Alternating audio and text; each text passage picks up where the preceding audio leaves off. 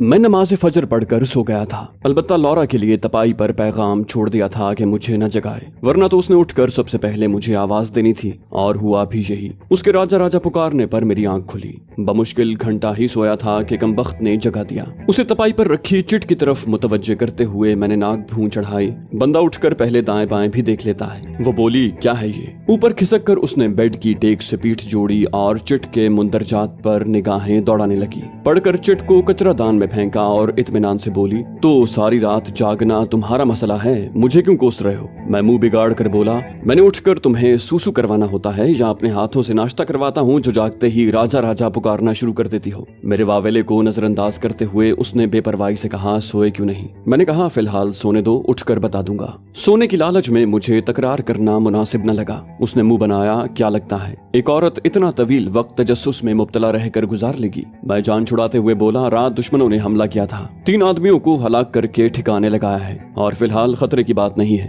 باقی اٹھنے پر بتاؤں گا۔ وہ بے چینی سے بولی، راجا شرافت سے تفصیل بتاؤ ورنہ سونے نہیں دوں گی۔ ماتھے پر ہاتھ مارتے ہوئے میں اٹھ بیٹھا۔ اسے تفصیل بتا کر تکیے پر سر ٹیکتے ہوئے بولا، اب آواز دی تو ٹینٹوا دبا دوں گا۔ اس نے شرارتی انداز میں قہقہا لگایا، پھر ڈیٹ پر کس کے ساتھ جاؤ گے؟ مگر مجھے اتنی سخت نیند آئی تھی کہ ہنسی مذاق زہر لگ رہا تھا۔ وہ بھی میری جان بخشی کرتے ہوئے تازہ دم ہونے غسل خانے کی طرف بڑھ گئی۔ اگلے 2 ہفتے سکون سے گزرے۔ گھنشام کی موت کی خبر ہم نے ٹی وی پر سنی تھی، مگر دلچسپ بات یہ ہوئی کہ ان کا قتل پولیس کے کھاتے میں ڈال دیا گیا۔ متعلقہ تھانے دار سخت مقابلے کے بعد کرائے کے ان قاتلوں کو کیفر کردار تک پہنچا کر انعام کا حقدار ٹھہرا تھا۔ میں اس کے بعد کافی چوکس رہا اور رات کا ابتدائی حصہ عموماً کلینک کی چھت پر گزارتا۔ دھرمو ادا میرا شکر گزار اور احسان مند تھا۔ میں اس کے ساتھ بیٹھ کر بھی کافی گپ شپ کرتا رہا۔ لورا کی کہانی میں نے اسے بتا دی تھی، البتہ اپنے مشن کی بھنک نہیں لگنے دی تھی۔ میں نے دھریندر شکلا سے دشمنی کی وجہ لورا براؤن بتائی تھی۔ یوں بھی لورا براؤن کی صورت ایسی تھی کہ اس کی وجہ سے کسی سے دشمنی رکھنے کی بات پر سننے والے کو تعجب نہیں ہو سکتا تھا۔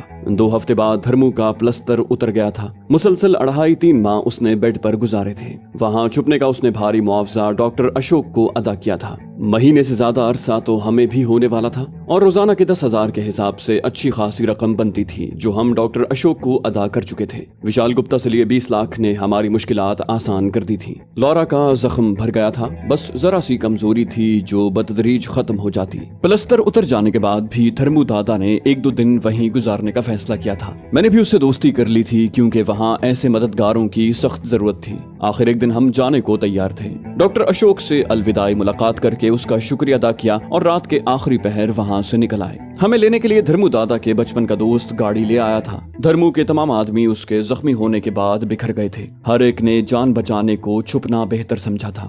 دھرمو دادا نے بھی اسی لیے ڈاکٹر اشوک کا کلینک نہیں چھوڑا تھا کہ وہاں وہ زیادہ محفوظ تھا اور کسی کا اس جگہ گمان نہیں کیا جا سکتا تھا۔ رہا گھنشام تو وہ اتفاقاً دھرمو دادا کے اس کارندے سے جا ٹکرایا تھا جو اسے وہاں چھوڑ گیا تھا۔ امید تھی اب ان کی تلاش میں پہلی سی سرگرمی نہیں ہونی تھی۔ گو راجپوت دھرمو کی تلاش سے بالکل غافل تو نہیں ہو سکتا تھا، مگر پہلے والی بات نہیں تھی۔ البتہ کرائے کے قاتلوں کا خطرہ نظر انداز نہیں کیا جا سکتا تھا۔ اپنی تلاش کے بارے میں ہمارا اندازہ یہی تھا کہ اب پہلے والی بات نہیں رہی ہوگی۔ دھرمو کے دوست کا نام وشواس سنگھ تھا۔ اس کی حویلی ممبئی کے مضافات میں تھی۔ طلوع آفتاب ہمیں رستے میں ہی ہو گیا تھا۔ اگلا دن ہم نے سو کر گزارا۔ دھرمو جاتے ساتھ اپنے کارندے سے رابطے میں مصروف ہو گیا تھا۔ اس کا ارادہ راجپوت پر ہلہ بولنے کا تھا۔ اس کے کافی کارندے ہلاک ہو چکے تھے، کچھ حوالات میں تھے، اور جو کونوں خدروں میں چھپے تھے انہیں جوں جوں اطلاع ملتی گئی ان کی آمد شروع ہو گئی۔ دھرمو ممبئی کا مشہور دادا تھا۔ اس گئی گزری حالت میں بھی 20-25 آدمی اکٹھے ہو گئے تھے۔ وشواس سنگھ کی حویلی کافی وسیع تھی۔ دھرمو دادا نے اپنا اڈا عارضی طور پر وہیں قائم کر دیا تھا۔ شام ڈھلے دھرمو دادا اپنے آدمیوں کے ہمراہ تھانے پر دھاوا بولنے کی منصوبہ بندی میں مصروف تھا۔ وہاں ہماری حیثیت مہمان کی سی تھی۔ ہم سے کسی نے بھی مشورہ نہیں مانگا تھا۔ اس کے باوجود میں نے دھرمو دادا کو اپنے پاس بلا کر اکیلے میں کہا، گو تم اپنا کام اچھی طرح جانتے ہو، اگر برا نہ مناؤ تو ایک مشورہ دینا چاہتا ہوں۔ وہ خوش دلی سے بولا، تمہید چھوڑو یار، تم براہ راست حکم کیا کرو۔ میں انکساری سے بولا، شکریہ دادا، تمہارا بڑا پن ہے۔ بہرحال پوچھنا یہ تھا کہ اپنے ساتھیوں کو آزاد کروانے کے بعد تمہارا کیا ارادہ ہے؟ اس نے ارادہ ظاہر کیا، راجپوت کو انجام تک پہنچانا ہی فی الحال मेरी जिंदगी का मकसद है। मैं मुतबस्सम हुआ, जानता था कुछ ऐसा ही इरादा होगा। वो बोला, शायद तुम कोई मशवरा देना चाहते हो। उसका अंदाज इस्तफसार का उनसर लिए हुए था। मैंने तजवीज पेश की, तुम आसानी से अपने साथियों को हवालात से आजाद करवा लोगे, मगर इसका नुकसान ये होगा कि राजपूत को चौकस होने का मौका मिल जाएगा। अगर पहले राजपूत पर हल्ला बोल सको तो बेखबरी में उसे काबू करना आसान है। उसकी आंखों में तेज चमक उभरी। बड़ा सियाना है रे। मैंने कहा, मेरा काम मशवरा देना था, आगे तुम्हारी मर्जी। वो मेरी पीठ थपकते हुए बोला, इतना बेहतरीन मशवरा कोई अहमक ही ठुकराएगा। मैंने कहा, तो लगे हाथों एक पेशकश भी सुन लो। राजपूत को पकड़ने में हम तुम्हारी मदद करेंगे। तुम बस उसकी रोजमर्रा मालूम करो, खासकर ये कि वो घर से निकलते और लौटते वक्त कौन सी सड़क इस्तेमाल करता है। वो बोला, अब धर्मू दादा एक छोकरी की मदद से राजपूत पर काबू पाएगा। शायद छोकरी के साथ उसने दिल में छोकरा भी बोला हो, मगर बज़ाहिर मेरा जिक्र उसने हज़फ कर दिया था। मैं मोतरिज हुआ, वो छोकरी नहीं, बरतानवी फौज की कैप्टन रह चुकी है। धर्मू बोला, ओहदे की बड़ाई से औरत होने की हक़ारत खत्म नहीं होती। मैं खफगी से बोला, तो क्या औरत होना सारी खूबियों को खत्म कर देता है? वो हंसा, क्या तुम ये नहीं मानते? हम बरामदे में खड़े थे। मैंने हवेली के दाखिली दरवाजे की तरफ इशारा किया। सुतून के ऊपर लगी बत्ती नजर आ रही है। वो बोला, अब तक चश्मे के इस्तेमाल की नौबत तो नहीं आई कि बत्ती दिखाई न दे। उसके लबों पर शरारती इस्तेहज़ा नमूदार हुआ। वैसे मेरे हाँ या ना करने में औरत का बासलाहियत होना तो मुज़मिर नहीं है ना? उसके तंज को दरखोर एतना न जानते हुए मैंने पूछा, इस बत्ती को कितनी गोलियों से निशाना बना लोगे? वो साफ गोई से बोला, एक गोली से, शायद 3-4 भी चलानी पड़ जाएं। दावे से कुछ नहीं कह सकता। मैं दावे से बोला, वो 1.5 किलोमीटर के फासले से इस बत्ती को निशाना बना लेगी। शक है तो शर्त लगा सकते हो। वो गैर यकीनी से बोला, कुछ ज्यादा ही मुबालगा आराई से काम ले रहे हो। मैंने अगला दावा किया, तुम्हारे आदमियों में शायद 2-3 ही ऐसे हों जो खाली हाथ लड़ाई में उस पर काबू पा लें, वरना अक्सरियत को वो खाक चटा देगी। उसने मुंह बनाया, तुम शायद औरतों की बड़ाई के कायल हो। मैंने नफी में सर हिलाया। किसी की सलाहियतों का एतराफ करते वक्त मैं जिन्स को ज़ेर बहस नहीं लाता। अलबत्ता तुम्हें एक औरत की मदद लेने में आर महसूस हो रही है। वो तंज़िया अंदाज में बोला, क्या नहीं होनी चाहिए? मैं बरहम हुआ। क्लिनिक में 2-3 माह तुम एक नर्स के मोहताज बने रहे, तब तुम्हारी मर्दानगी कहाँ सोई हुई थी? उसने कहा बुलंद किया, लड़ने पर तैयार हो गए हो यार। मैंने कहा, मैं तुम्हारी मदद करना चाह रहा था। राजपूत पर काबू पाने में तुम्हारे ज्यादातर कारिंदे जाया होने का खदशा है, जबकि हम तुम्हारा जानी नुकसान कराए बगैर उसे पकड़वा सकते हैं। उसने इश्तियाक जाहिर किया, वो कैसे? मैंने कहा, शुरू ही में बता दिया था कि उसकी रोजमर्रा मालूम करो। उसने उलझन जाहिर की, इससे क्या होगा? मैंने कहा, बैठ कर बात करते हैं। मैं उसे कमरे में ले गया और अपना मंसूबा बता दिया। वो मुताज्जिब हुआ, क्या ये काबिल अमल है? मैं इत्मीनान से बोला, आजमा लो, हमारी नाकामी पर तुम्हारा नुकसान तो नहीं होगा। वो जोशीले लहजे में बोला, हाथ आगे करो। मैंने हथेली आगे की। जोरदार अंदाज में मेरा हाथ बजाते हुए वो खड़ा हो गया। लौरा खामोशी से हमारी गुफ्तगू सुनती रही। ये अलहदाबाद के उसके पल्ले कुछ नहीं पड़ा था। धर्मू दादा के निकलते ही मुझे पूरी गुफ्तगू दोहराना पड़ी। वो मंसूबा मैंने उससे मशवरे के बगैर ही तय किया था। तफसील जानकर उसने 1-2 काबिल कदर मशवरे दिए। वो एक अच्छी स्नाइपर थी और स्नाइपिंग के मैदान में उसकी राय को रद्द करना आसान न था। हम मंसूबे की नोक पलक संवारने लगे। 1.5 हफ्ते के बाद हम मंसूबे पर अमल करने को न सिर्फ तैयार थे, बल्कि दोपहर को निस्बतन वीरान सड़क के जवानिब में घात लगाए लेटे हुए थे। मैं सड़क से शुमाली जानिब 600 गज दूर सहमंजिला मकान की छत पर लेटा हुआ था, जबकि लौरा ब्राउन मुखालिफ जानिब सड़क से 500 गज के फासले पर एक फार्म हाउस की छत पर मौजूद थी। मेरे साथ धर्मू दादा खुद और लौरा के हमरा उसका एक अहम कारिंदा मौजूद था। हम दोनों के पास thunderbolt steel core 76 sniper rifle थी। इंग्लैंड की कंपनी स्टील कोर की बनी हुई ये उम्दा स्नाइपर राइफल है, जिसकी मार 1000 मीटर है। मैंने धर्मू दादा को गैलिल स्नाइपर राइफल या ड्रैगनोव लाने का बताया था। अपने मखसूस असलहा डीलर के पास उसे दोनों राइफलें नहीं मिली थीं, उनकी बजाय थंडरबोल्ट मिल गई थी। ये ड्रैगनोव और गैलिल से कारकर्दगी में बेहतर और जदीद राइफल है। आजकल तो पाकिस्तान आर्मी के पास भी ये मौजूद है, अलबत्ता इसका वजन ड्रैगनोव और गैलिल से ज्यादा है। 7.62 × 51 राइफल का वजन 9 किलोग्राम होना मेरी नजर में खामी है। गो ये इतनी बड़ी खामी नहीं कि इस पर दूसरी दोनों राइफलों को तरजीह दी जा सके, अलबत्ता लंबे फासले तक इसे उठाकर चलना और जरूरत पड़ने पर दौड़ना जरा दुश्वार बन जाता है। SR1 जानबूझकर इस्तेमाल नहीं की थी कि मैं उसे बचा कर रखना चाह रहा रहा था। लॉरा भी मुझसे मुत्तफिक थी। थंडरबोल्ट हमारे लिए नई राइफल नहीं थी कि इस्तेमाल में कोई मसला होता, बल्कि अब तो हर किस्म की स्नाइपर राइफल को समझने को मुझे चंद मिनट से ज्यादा नहीं लगते थे। गुज़श्ता कल को हम अपनी राइफलों को सिफर कर चुके थे। बिलाशुबा स्नाइपर किसी भी मिशन पर जाने से पहले अपने हथियार को सिफर करना फर्ज समझता है। थंडरबोल्ट बोल्ट एक्शन हथियार है, मतलब हर बार गोली चलाने के लिए उसे कॉक करना पड़ता है। बोल्ट एक्शन स्नाइपर राइफलों में दुरुस्ती नीम खुदकार स्नाइपर राइफलों के मुकाबले में ज्यादा होती है, क्योंकि सेमी और फुली ऑटोमेटिक हथियारों से फायर करते वक्त ज्यादा झटका लगता है और इसकी वजह फायर के अलावा चाल वाले पुर्जों की हरकत होती है। धर्मू के मोबाइल फोन पर कॉल वसूल हुई। उसने स्पीकर ऑन कर दिया था। एक मर्दाना आवाज उभरी, दादा हम तक पहुंच गए हैं। धर्मू बोला, उनके आगे बढ़ते ही सड़क बंद कर दो। ये कहकर धर्मू ने राब्ता मुनक़ते कर दिया। वहाँ धर्मू दादा के 3-4 कारिंदे पुलिस की वर्दी में मौजूद थे। राजपूत की कारें गुजरते ही उन्होंने सड़क को आर्जी तौर पर बंद कर देना था ताकि हमारी कार्रवाई में कोई मुदाखलत न कर सके। गो जहाँ फायरिंग शुरू हो और गुंडों के 2 गिरोह बरसरे पैकार हों, वहाँ से आम लोग तो क्या पुलिस वाले भी दूर भागते हैं। मगर किसी नागुफ्ता सूरत हाल से निपटने को हमने सड़क को दोनों जानिब से बंद करना मुनासिब समझा था। वो अंदरूने शहर की शाहरा नहीं थी कि 10-15 मिनटों में गाड़ियों की भीड़ लग जाती। मैंने लॉरा का नंबर मिलाया, तैयार हो जाओ। वो एतमाद से बोली, तैयार हूँ। मैंने राब्ता मुनक़ता न किया और हैंड फ्री कान में लगा ली ताकि लॉरा हमारी बातें सुनती रहे। धर्मू दादा ने एक और नंबर मिलाया और कहा, शामू शिकार पहुंचने वाला है, सड़क बंद कर दो। और जवाब सुने बगैर राब्ता मुनक़ता कर दिया। शामू सड़क के उस जानिब मौजूद था जिधर राजपूत दादा का रुख था और अब सड़क का 2-3 किलोमीटर का इलाका दोनों जानिब से बंद किया जा चुका था। सड़क का वो हिस्सा बिल्कुल सीधा था और तकरीबन किलोमीटर भर इलाका ऐसा था कि सड़क के दोनों जानिब कोई ऐसी रुकावट मौजूद नहीं थी जहां आड़ लेकर छुपा जा सके। संगे मील के साथ एक भिखारी टेक लगाए यूं बैठा था गोया थक कर चंद लम्हे सस्ताने को बैठा हो। पांव पसारे वो दुनिया और माफिया से बेखबर नजर आ रहा था। कारों ने मेरे बाईं जानिब से नमूदार होना था। राजपूत कल उसी सड़क से गुजर कर नासिक शहर गया था। असलहे के भरे चंद ट्रक थे जिन्हें बखैरियत पुलिस नाकों और चौकियों से गुजारना उसका मकसद था। इन ट्रकों ने दिल्ली तक जाना था, मगर राजपूत की जिम्मेदारी गालिबन नासिक तक हिफाजत की थी। असलहे के ट्रकों के बारे में खबर मिलने पर मुझे एक ख्याल ये भी आया था कि शायद डेविड ने SR-1 की खेप भिजवा दी है, मगर लॉरा ने तरदीद की क्योंकि डेविड उसे बताए बगैर ऐसा नहीं कर सकता था और लॉरा ने चंद हफ्ते पहले ही डेविड को हथियार भेजने से मना कर दिया था। आज राजपूत ने उसी सड़क से वापस आना था। धर्मू के आदमी उसके ताकुब में थे। जो ही वो नासिक से निकले हम घात पोजीशन में पहुंच गए थे और अभी हमें कॉल आई थी कि वो 2-3 किलोमीटर के फासले पर पहुंच चुके हैं। मिनट भर के बाद ही मुझे कारें नजर आ गईं। सबसे आगे स्याह रंग की जैगुआर थी। उसके अकब में खुली छत की 2 जीपें थी।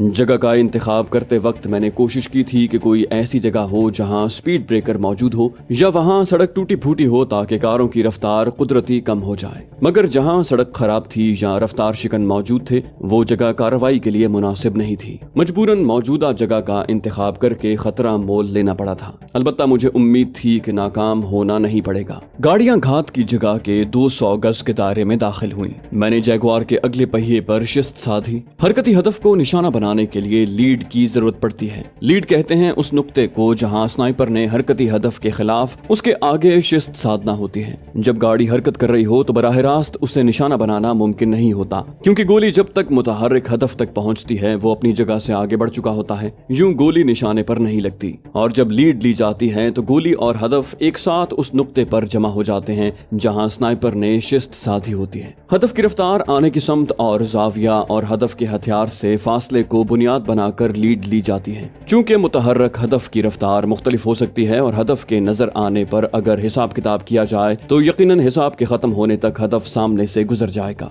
इस वजह से स्नाइपर हरकती हदफ के खिलाफ रेंज टेबल बनाकर रखते हैं। इसमें मुख्तलिफ रफ्तार के मुताबिक मतलूबा लीड दर्ज कर ली जाती है ताकि हदफ के नजर आते ही कागज पर एक नजर दौड़ा कर मतलूबा लीड ली जा सके। हदफ की समत फासला तो हमें पहले से मालूम था। गाड़ी की रफ्तार मैंने धर्मू के उन आदमियों से मालूम कर ली थी जो नासिक से निकलते वक्त राजपूत के ताकुब में थे। मुझे यकीन था कि वहां पहुंचने पर गाड़ियों की रफ्तार में 19-20 से ज्यादा का फर्क नहीं होगा। यूं भी चलती गाड़ी को देखकर अंदाजा लगाया जा सकता है कि रफ्तार कितनी है और आजकल तो रफ्तार को नापने वाले आले रफ्तार पैमा भी दस्तयाब हैं। मैंने डिफ्लेक्शन नॉब को घुमाकर मतलूबा लीड पहले से लगा दी थी और 19-20 का फर्क मैं अंदाजे से भी दूर कर सकता था। मखसूस लीड लेकर मैंने सांस रोका और ट्रिगर दबा दिया।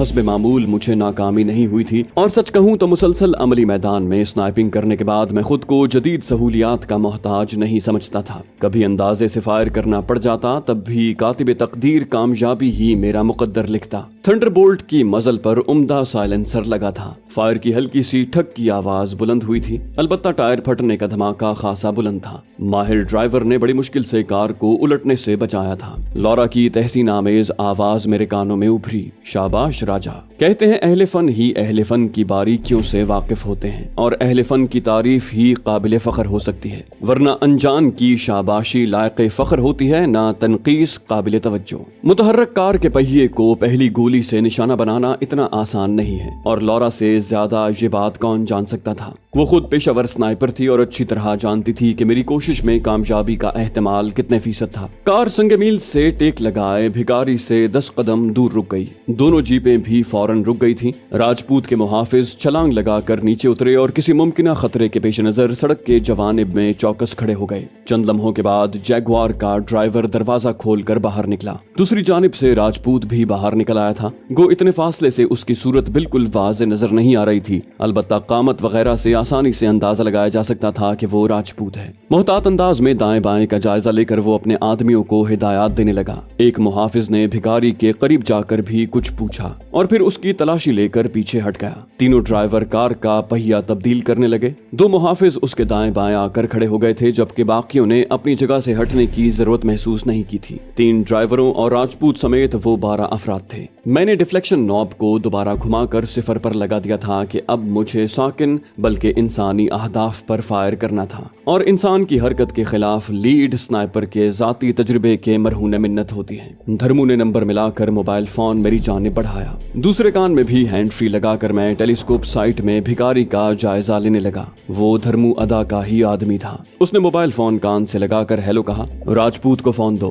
गो उसे मालूम था कि क्या करना है, उसके बावजूद मैंने हिदायत देना मुनासिब समझा। भिखारी ने मोबाइल फोन राजपूत की तरफ बढ़ाया। राजपूत दादा, आपकी कॉल है। राजपूत यकीनन शिशदर हो गया था। उसके साथ ही मुहाफिज भूखे भेड़ियों की तरह भिखारी की तरफ बढ़े। कौन हो तुम? दादा को कैसे जानते हो? वो इत्मीनान से बोला, तमाम सवालों का जवाब राजपूत दादा को कॉल वसूल करने पर मिल जाएगा। राजपूत ने कदम बढ़ाकर मोबाइल फोन थामा। हेलो, उसकी मोहतात आवाज मेरी समातों में पहुंची। मैं नपे तुले लहजे में बोला, राजपूत दादा, मेरी हिदायत गौर से सुनना और जो कहूँ बेचूचरा किए उस पर अमल करना, क्योंकि इसी में तुम्हारी भलाई है। उसने गर्दन घुमाकर चारों जानिब नजर दौड़ाई। साथ ही मेरी समातों में उसकी बरहम आवाज पहुंची। यकीनन तुम राजपूत दादा से वाकिफ नहीं हो, तभी इस भौंडे ड्रामाई अंदाज में डराना चाह रहे हो। मैंने कहा, पहली बात, तुमने अपनी जगह से हिलना नहीं है, क्योंकि तुम इस वक्त एक नहीं 2 स्नाइपरों के निशाने पर हो, और हमें जांचने को अपने किसी मुहाफिज की बल्ली चढ़ाना बेहतर रहेगा। गैर मुतवक्के तौर पर उसने जगह छोड़ने की कोशिश नहीं की थी।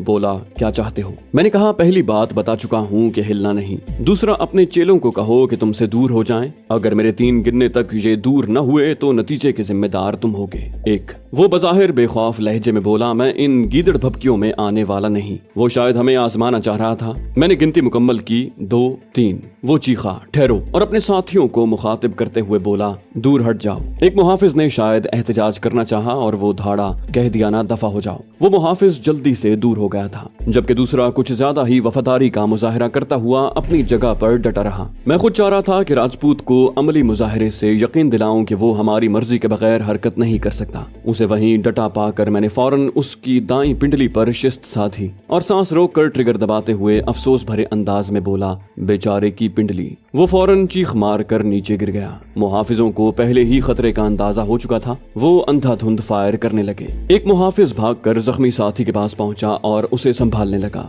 राजपूत चीख चीख कर अपने कारिंदों को फायर बंद करने का कहने लगा। उन पर मजीद रोब जमाने को मैं लौरा को मुखातिब हुआ, कैप्टन, कार के अपने तरफ वाले दोनों पहिए नाकारा कर दो और खुद अपनी जानिब वाले अकबी पहिए पर शिस्त साध कर ट्रिगर दबा दिया। धमाके की आवाज सुनकर पहिया तब्दील करने वाले ड्राइवर झिझक कर पीछे हो गए थे। इसी दौरान वक्फे वक्फे से 2 और धमाके हुए। अब कार चारों पहियों से फारिग हो गई थी। मैंने कहा, राजपूत दादा, अब तो तुम्हें यकीन आ गया होगा, और जान जाओ मैं ये गोली तुम्हारे मुहाफिज के सर में भी मार सकता था, लेकिन फिलहाल मेरी कोशिश यही है कि तुम्हें जानी नुकसान पहुंचाए बगैर अपना मकसद हासिल करूं। वो गंभीर लहजे में बोला, क्या चाहते हो? मैं इत्मीनान से बोला, तुम्हारे साथ बैठकर थोड़ी गपशप करूंगा, कुछ मालूमात का तबादला करूंगा और फिर मेरी तरफ से तुम फारिग हो। वो फौरन बोला, ठीक है, जगह बताओ, मैं पहुंच जाऊंगा। मैंने कहा, इतना कष्ट उठाने की जरूरत नहीं है, नाक की सीध में चलते जाओ, तुम्हें लेने के लिए गाड़ी भेज दी है। वो तंजिया लहजे में बोला, इतना बेवकूफ समझते हो कि अपनी गर्दन खुद फंसा लूं? मैं एतमाद से बोला, तुम फंस चुके हो राजपूत दादा,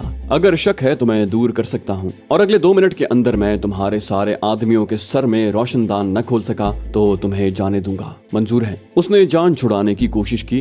बोला, जो मालूमात लेनी है तुम कॉल पर पूछ लो, वादा करता हूँ हकीकत नहीं छुपाऊंगा। मैंने कहा, तुम्हें कार की सामने वाली बत्ती नजर आ रही है? हैरानी भरे इस्तफसार से जी कहते हुए उसकी गर्दन जैगुआर की तरफ मुड़ी। इस असना में मैं ट्रिगर दबा चुका था, बत्ती के शीशे टूट कर बिखर गए थे। मैंने कहा, जीप के टायरों को देखो। मैंने अगली जीप के अपनी तरफ वाले दोनों टायर्स नाकारा करते हुए पूछा। शक दूर हुआ कि मजीद सबूत दूं। वो बोला, देखो दोस्त, मेरी बात समझने की, मगर उसकी बात मुकम्मल होने से पहले मैं अकबी जीप के टायरों को निशाना बना चुका था। धमाकों ने उसकी जबान खामोश कर दी। मैंने कहा, अगले सबूत तुम्हारे आदमियों के जिस्मानी आज़ा होंगे। तुम्हारे पास मेरे 3 गिनने तक की मोहलत है। 1, धमकी देते ही मैंने गिनती शुरू कर दी। 2, 3। अपने सबसे अकबी मुहाफिज को वो कता कलामी करते हुए चिल्लाया, ठहरो, क्या हम सौदेबाजी नहीं कर सकते? मैंने अकबी मुहाफिज की रान पर शिस्त साध कर ट्रिगर दबा दिया। वो चीख मार कर नीचे गिर गया था। करीब मौजूद मुहाफिज उसे संभालने लग गया था, जबकि बाकियों ने जीप के दूसरी जानिब आड़ ले ली। मैं लौरा को मुखातिब हुआ, कैप्टन,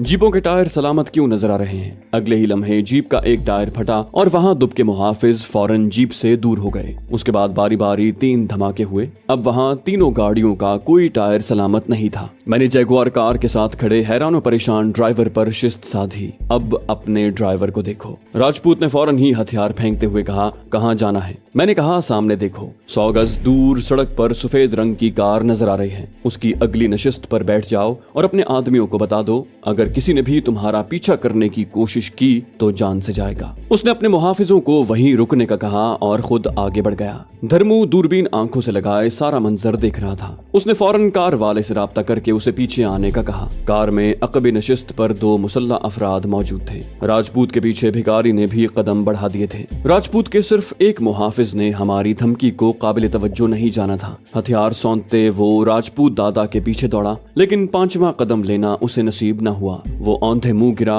और जख्मी टांग संभालने लगा। बाकी अपनी जगह पर जमे रहे। राजपूत दादा ने गर्दन मोड़कर वफादार मुहाफिज का जायजा लिया। इस दौरान कार उसके करीब पहुंच चुकी थी। उसके बैठने से पहले भिखारी बनने वाले ने करीब होकर महारत से उसकी तलाशी ली। उसका पिस्तौल कब्जे में लेकर वो अकबी नशिस्त पर मुंतकिल हो गया। राजपूत दादा के बैठते ही कार तेज रफ्तारी से आगे बढ़ गई। मैं लौरा से राब्ता मुनक़ता करके सामान समेटने लगा। राजपूत को ले जाने वाले आदमियों को हमने सख्ती से मना कर दिया था कि वो धर्मू से ताल्लुक को जाहिर न करें, क्योंकि ऐसा होने की सूरत में हमें राजपूत से तफ्तीश करते वक्त दुश्वारी पेश आ सकती थी। धर्मू दादा ने मेरी पीठ थपथपाई। मान गए उस्ताद, बिलाशुबा तुम बेहतरीन निशानेबाज हो। थंडरबोल्ट को थैले में मुंतकिल करते हुए मैं मुस्कुराया। वापसी पर लौरा ब्राउन का शुक्रिया भी जरूर अदा करना। उसने फराख दिली दिखाई। क्षमा चाहता हूँ, बेशक मैंने गलत कहा था, हर लड़की कमजोर नहीं होती। हम नीचे उतरे। ड्राइवर तैयार बैठा था। हमारे नशिस्त संभालते ही उसने कार आगे बढ़ा दी। धर्मू दादा ने मोबाइल फोन पर सड़क बंद करने वालों को बंदिश के खात्मे का बताया और मेरी तरफ मुतवज्जे हुआ।